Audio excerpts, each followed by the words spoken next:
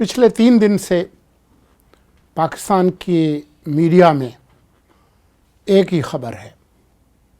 اور وہ خبر ہے جنرل ریٹائرڈ فیض حمید کی گرفتاری کی اور ان کے خلاف کورٹ مارشل کی۔ اس خبر نے باقی تمام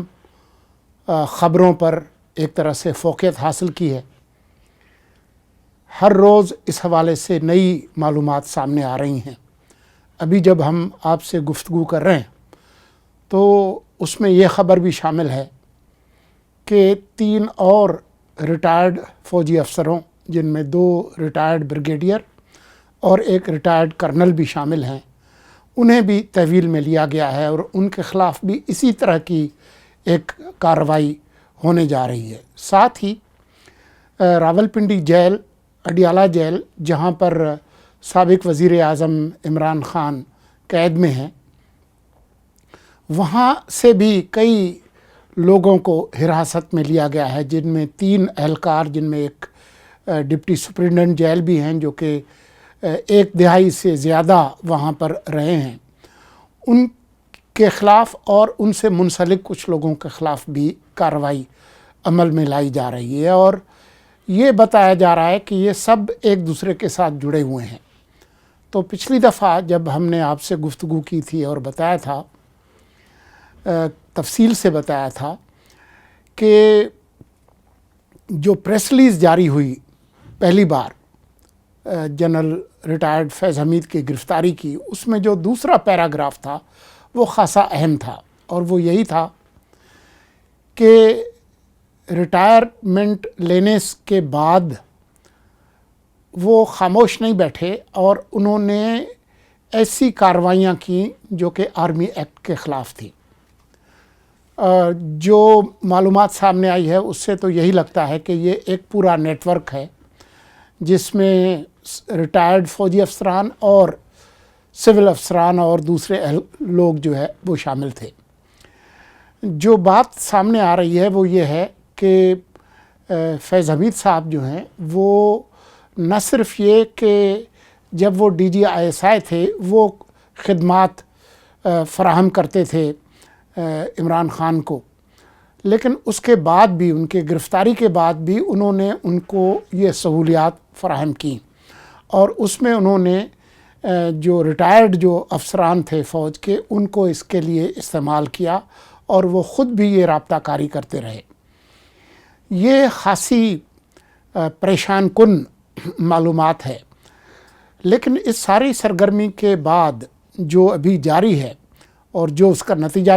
نکلے گا وہ ہمارے سامنے آئے گا۔ عمران خان کا جو رویہ ہے وہ خاصا حیران کن ہے۔ اگر آپ خبروں کو دیکھیں تو ان کی جو معزولی ہے، وزارت عظمیٰ سے ہٹنے کا جو عمل ہے، اس کے بعد انہوں نے بہت سارے لوگوں کو ہدف تنقید بنایا ہے، خاص طور پر جنرل باجوہ کو،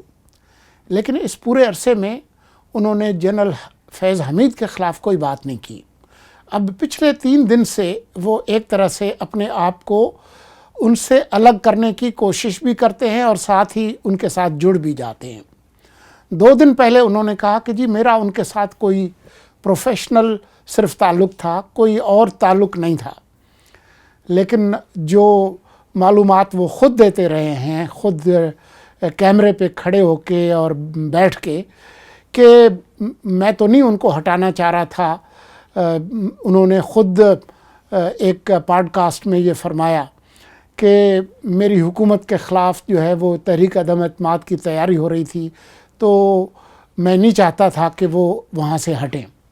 اب تحریک عدم اعتماد اور اس طرح کے جو سیاسی چیلنج ہوتے ہیں وزیر اعظم کے، وہ ان کے اور ان کی جماعت کے ہوتے ہیں، وہ ISI کا جو کام ہے وہ یہ نہیں ہوتا۔ تو وہ کون سا پروفیشنل تعلق تھا جس کی بنیاد پر وہ ان کو روکنا چاہتے تھے؟ تو یہ بات بہت واضح ہے کہ وہ ان کو اپنے سیاسی مقاصد کے لیے استعمال کرنا چاہتے تھے۔ خان صاحب خود متعدد انٹرویوز میں یہ بات تسلیم کر چکے ہیں کہ جی میری حاضری بھی ایجنسیز پوری کرتی تھی، میرے بجٹ بھی وہی منظور کراتے تھے، میرے بہت سارے کام جو ہے وہ خود کرتے تھے. تو یہ جو کام وہ کیے جا رہے تھے وہ کسی طور پہ بھی پروفیشنل کاموں میں شمار نہیں ہوتے. لیکن پچھلے 3 دنوں سے ان کا ایک عجیب رویہ ہے. پہلے کہا کہ جی وہ میرا تو اس سے کوئی لینا دینا نہیں ہے، فوج اگر کوئی احتسابی کارروائی کرنا چاہتی ہے تو ضرور کرے. آج بھی انہوں نے اسی طرح کی بات کی ہے. لیکن ان کا ساتھ میں یہ کہنا کہ وہ تو ہمارا اثاثہ تھے اور افسوس ہے کہ وہ ضائع ہو گیا. تو اس پر سینئر صحافی طلعت حسین نے ٹویٹ کیا اور وہ خاصا مزیدار ہے. انہوں نے کہا کہ پہلی بار عمران خان نے اپنا صحیح اثاثہ ڈکلیئر کیا ہے. تو وہ ان کو سمجھ نہیں آ رہی. ایک طرف وہ کہتے ہیں کہ جی میرا ان سے کوئی تعلق نہیں ہے، آپ ان کے خلاف کارروائی کریں، لیکن ساتھ ہی ان کو ایک اثاثہ بھی وہ ڈکلیئر کرتے ہیں اور اس پہ افسوس کا اظہار کرتے ہیں. جو جس طرح کی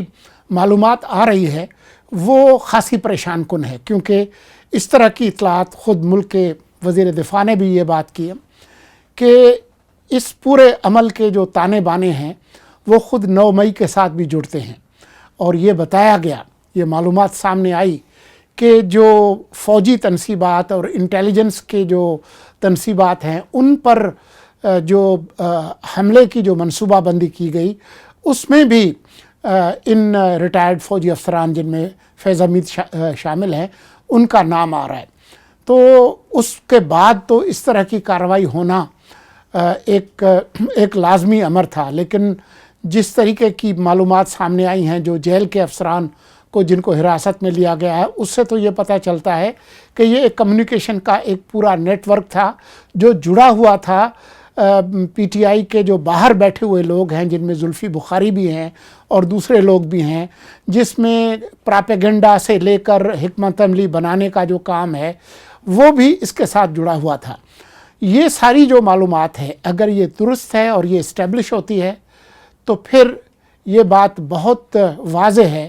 کہ عمران خان کو بھی اس کیس میں خاص طور پر فوجی عدالتوں کے حوالے سے، کیونکہ سپریم کورٹ نے ابھی تک یہ پابندی عائد نہیں کی کہ آپ کسی سویلین پر فوجی عدالت میں کیس نہیں چلا سکتے. یہ پابندی ابھی تک کا ہے جب تک اس کیس کا فیصلہ ہو کہ آپ ضرور ایک کارروائی کریں فوجی عدالت میں لیکن فیصلہ نہ سنائیں. تو کم از کم جو معلومات سامنے آ رہی ہے اس میں اس کے امکانات بڑھتے جا رہے ہیں کہ 190 ملین پاؤنڈ کا جو کیس ہے اس کے ساتھ ساتھ اس کے کافی امکانات ہیں کہ عمران خان کو 9 مئی کے حوالے سے فوجی عدالت میں ان کا مقدمہ ہو اور یہ سب کچھ فیض حمید اور ان کا جو نیٹ ورک ہے اس کے ساتھ جڑا ہوا ہے. آج کی بات میں اتنا ہی. 8 منٹ سے